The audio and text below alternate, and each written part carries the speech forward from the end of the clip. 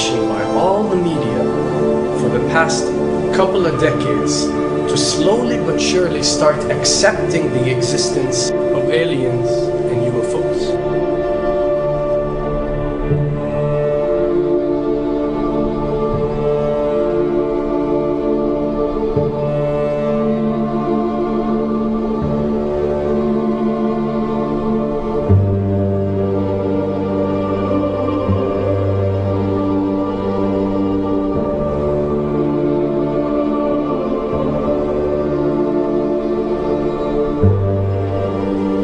I can tell you right now that 99% of every UFO sighting that has ever taken place has actually not been an unidentified flying object, because this has always been military technologies.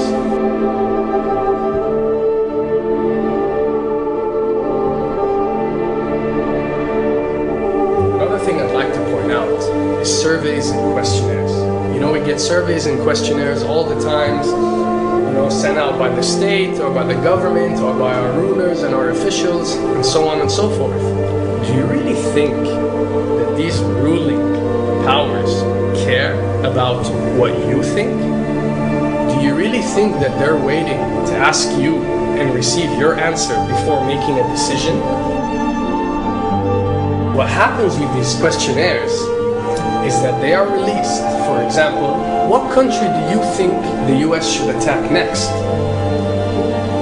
And if it yields back results like 70% of the US population believe Iran is the next country that should be attacked, this is actually a study conducted for the effectiveness of the media propaganda that they are using. So when they get such results, they look at it and they be like, all right, amazing. Our media propaganda is working. We are purposely trying to manipulate people to think that Iran should be the next one, and check out the survey results. We're doing a great job in propaganda. That's what it's all about. And if the results come back and they aren't up to par, so let's say 20% want war with Iran and 80% want actual peace, they say, okay, so now we have to go and rework our media propaganda and make it more effective so these percentages change. Why am I saying this? Because of the UFO phenomenon. Since the 60s, the amount of people who believe in extraterrestrials have skyrocketed, and it's only increasing day by day in our modern world. This only confirms the success and the plans that are taking place to first manipulate you to believe in UFOs, and second, to conduct a UFO attack that is going to force the whole world to unite to fight off this enemy and accept the New World Order. A former Canadian government official is warning we may be on the verge of intergalactic war, saying, quote, the Bush administration has finally agreed to let the military build a forward base on the moon, which will put them in a better position to keep track of the comings and goings of visitors from space, and to shoot at them if they so decide.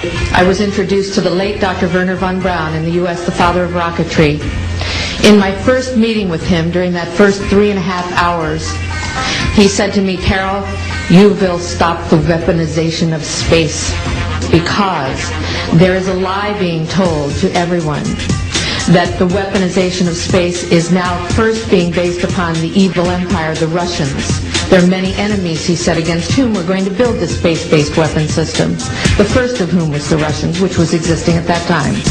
Then there would be terrorists. Then there would be third world countries. Now we call them rogue nations or nations of concern. Then there would be asteroids. And then he would repeat to me over and over, and the last card, the last card, the last card would be the extraterrestrial threat. As a military strategist, as a person who worked on the MX missile, which I did later, he said, you will find that there is going to be a spin to find some enemy against whom we have to build space-based weapons, and now we should expect the spin. And that's the formula, except that it's all based on a lie.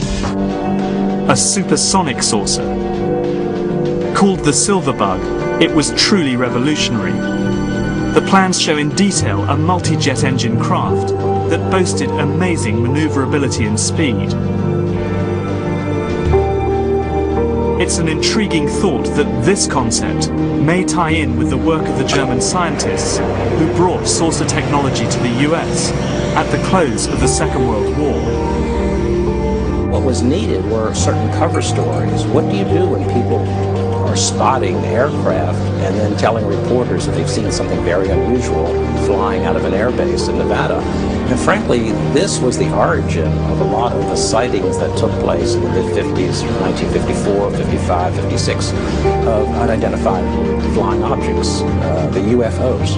So the CIA was involved in encouraging people to believe that, yes, they saw UFOs, and the CIA and the military tried to be very helpful to reporters to get these stories out, to divert the attention of the country, and particularly the people in this region, about what they had actually seen. Mexican Air Force pilots capturing on videotape what are said to be 11, count them, 11 UFOs. The Mexican Air Force has released a video that some of you are going to find difficult to believe. A journalist says it shows images of UFOs tracking a Mexican military plane. So what's the truth about UFOs? The story of successive attempts to develop radically new forms of flight, conducted under the strictest secrecy, is inextricably bound up with our relationship with UFOs over the last 60 years.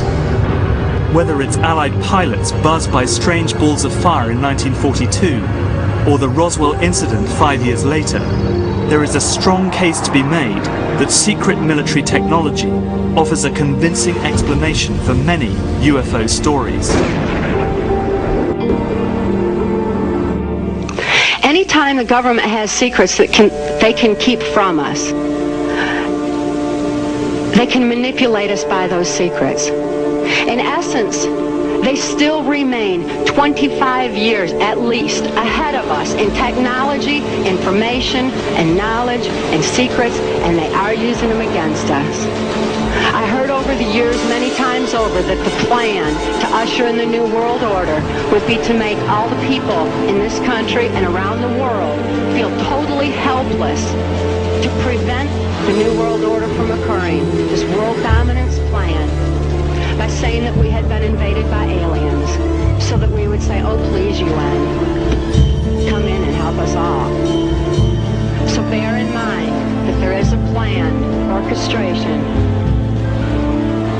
to get people to be submissive through the secret technology and information that they're keeping from you under the blanket of the so-called National Security Act.